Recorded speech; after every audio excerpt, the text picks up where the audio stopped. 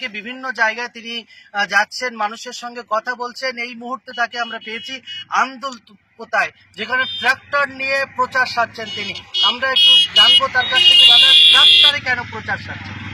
দেখুন, ট্রাক্টরে প্রচার সারা মিনস হচ্ছে আমরা চেষ্টা করছি জানার গরিব, অসহায় এবং কৃষক যারা আছেন তারা কত কষ্ট করেন, তারা ট্র্যাক্টর চালিয়ে দিনের পর দিন জীবিকা নির্বাহ করেন। আমরা চেষ্টা করছি সেই কষ্টটা কেমন সেটা জানার জন্য, সেই কারণেই ট্র্যাক্টরে করেই প্রচারটা। বসিরহাটের মানুষ আমরা দেখেছি সন্দেশখালী আন্দোলন থেকে একটা বিশেষ একটা আন্দোলনের রূপরেখা তৈরি হয়েছে, তো সেই জায়গাটা কিন্তু আপনারা ধরতে পারছেন? আপনার দেখুন, সন্দেশখালী থেকে যে রূপরেখাটা তৈরি করেছেন তৃণমূল এবং বিজেপি মিলিতভাবে। তৃণমূল শেখ শাহজাহানকে দীর্ঘদিন নিজে লুকিয়ে রেখে ইডিকে মার খাইয়ে লাস্টে সেই তৃণমূল নিজের পুলিশকে দিয়ে শেখ শাহজাহানকে অ্যারেস্ট করালেন, অথচ বিজেপি নিজের হাওয়াটা তুলে গেলেন ইডিকে দিয়ে। সুতরাং এই বিজেপি আর তৃণমূলের খেলাটা আর বসিরহাটবাসী চাইবেন না। এই জনগণ বুঝে গেছেন, বসিরহাটের জনগণ তৃণমূল আর বিজেপি কি করতে চাইছেন। সুতরাং বসিরহাটের জনগণ বিপুল ভোটে আইএসএফকেই জয়ী করবেন এবং এই দুই অশুভ শক্তিকে পরাস্ত করবেন। সামনেই লোকসভা নির্বাচন একদম দোরগোড়ায়, 2 মাস পরে নির্বাচন। মানুষের কাছে কি দেখে ভোট চাইছেন, কি চাইছেন মানুষ যে এইটা আমি দেব তারপরে আপনাকে আমরা ভোট দেব, কি বলবেন আপনি?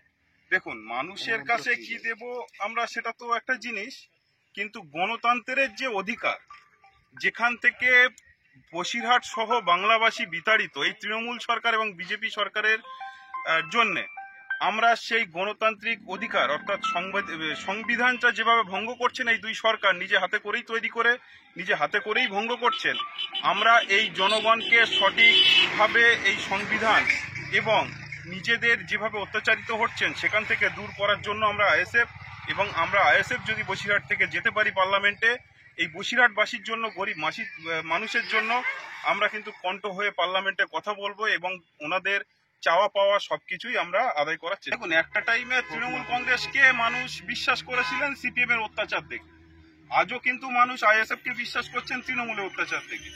আপনি দেখুন না, নুসরাত জাহান যদি এত ভালোই ক্যান্ডিডেট হতেন, যদি উনি বসিরহাটে জেতার পরে বসিরহাট মানুষের পাশে দাঁড়াতেন, তাহলে কি উনি আজকে বসিরহাট ছেড়ে টিকটক বা কোনো সিনেমা জগতের মধ্যে মিশে থাকতেন? নিশ্চয়ই 2024-এও ক্যান্ডিডেট হয়ে আসতেন এবং বিপুল ভোটে জয়ী হওয়ার একটা জায়গা উনি তৈরি করতেন। কিন্তু উনি সেই জায়গায় আজ আসতে পারেননি। তার একটাই কারণ, উনি একটা মানুষের পাশেও দাঁড়াননি এবং এনআরসি সিএ যে বিলগুলো পাশ হয়েছে সম্পূর্ণভাবে তৃণমূল কংগ্রেস এই নুসরাত জাহানদের মতো এমপিকে নিয়ে পাশ করানোর সহযোগিতা করেছেন। যেদিন পাশ হয়েছিল বা এই জিনিস নিয়ে যেদিন মিটিং হয়েছে পার্লামেন্টে, সেদিন এই লোকসভার কোনো এমপি বাংলা থেকে তৃণমূল কংগ্রেসের ওখানে উপস্থিত হতে পারেননি। নানান কারণ দেখিয়ে ওনারা উপস্থিত হতে পারেননি। সুতরাং ওনাদের অনুপস্থিতিতেই বিলগুলো পাশ হয়ে গেল। এটা বাংলার মানুষ জেনে গেছে, বসিরহাটবাসী জেনে গেছে। সিপিএম এর অত্যাচার সহ্য না করতে পেরে তৃণমূলকে নিয়ে এসেছিল। এখন তৃণমূল এবং বিজেপি যেভাবে অত্যাচার করছে সেটাও মানুষ জেনে গেছে।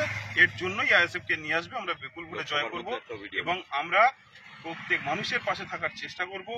আমরা প্রত্যেক মানুষের কণ্ঠ হয়ে লড়াই কঠিনের জায়গায় নেই। মূলত আমাদের তৃণমূল এবং বিজেপি যেভাবে দেশ তথা রাজ্যকে শোষণ করছেন, সাধারণ মানুষ এই শোষণ থেকে সরে আসার জন্য বিকল্প একটা রাস্তা বেছে নিয়েছেন এবং আমরাও আইএসএফ এসেছি 2021 বিধানসভা থেকে মানুষকে একটা বিকল্প রাস্তা তৈরি করে দেওয়ার জন্য।